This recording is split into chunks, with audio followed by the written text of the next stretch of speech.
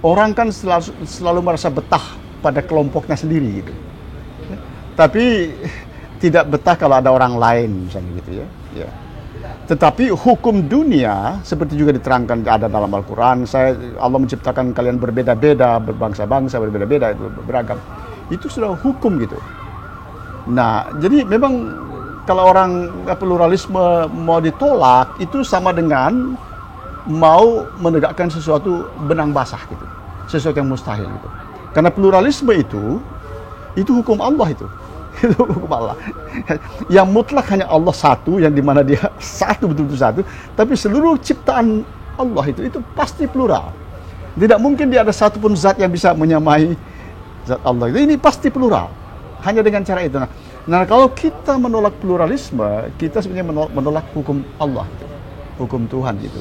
Jadi sekarang terbuka aja pluralisme itu malah bagus sekali, karena dengan pluralisme itu kita jadi oh iya saya kurang di situ, oh di situ kekurangan saya ya, itu kelebihannya di sana gitu. Yang repotnya orang-orang itu, kelompok-kelompok ini mencurigai selalu sebagai orang-orang kelompok lain hendak menghancurkan akidahnya, menyingkirkan agamanya dan sebagainya. Padahal sebetulnya tidak perlu takut seperti itu. Tidak perlu. Yang perlu dikhawatirkan adalah apakah kita cukup belajar? Apakah kita cukup menuntut ilmu? Apakah kita cukup siap untuk tampil menjadi berlomba di dunia? Itu sebetulnya yang kita jangan kita pluralisme itu justru singkirkan semua yang tidak sesuai dengan. Kira-kira 2 minggu lalu saya dengar khotbah di masjid di Jakarta ya, dekat rumah gitu ya. Oh, Yahudi, Nasrani itu musuh abadi kita gitu. Itu harus disingkirkan semuanya. Masya Allah gitu. Rasulullah aja tidak begitu kok. Rasulullah aja tidak begitu gitu. Dan sampai kapan? Di dalam dunia itu keragaman. Jangankan di dalam kelompok banyak, di dalam satu keluarga aja beragam.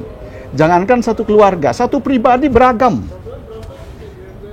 Ini beragam di dalam dirinya beragam nih. Dalam diri saya beragam nih. Banyak muhtarik, banyak keinginan-keinginan. Ada yang bikin malu, ada yang tidak gitu. Banyak di sini adalah akal budi yang membuat kita tampil secara koheren. Tapi sebetulnya ini multiple, di dalam ini multiple. Godaan-godaan setan kan anunya banyak sekali gitu. Multiple. Jadi itu suatu hukum.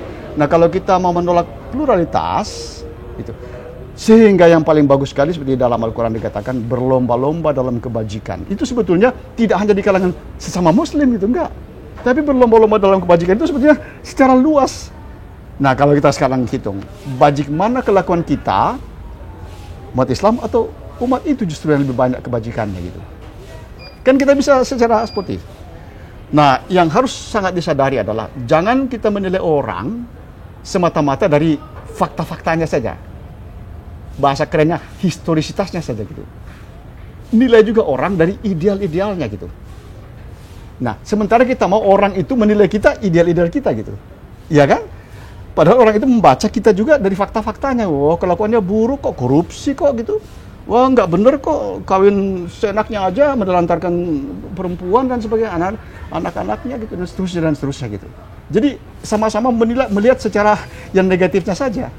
Fakta-fakta, tapi tidak ideal-ideal. Kita saling melihat seperti itu gitu. Nah, kita harus bisa melihat untuk menjaga pluralitas, apa ideal-ideal orang itu gitu, kelompok itu. Ya. Kita juga harus mengkritisi diri, apa fakta-fakta yang muncul dari saya ini pada orang-orang itu, gitu. Kelakuan saya, kebodohan saya, gitu, kepandiran saya, gitu, keserakahan saya dan seterusnya gitu. Saya kira begitu. Ya. Ya.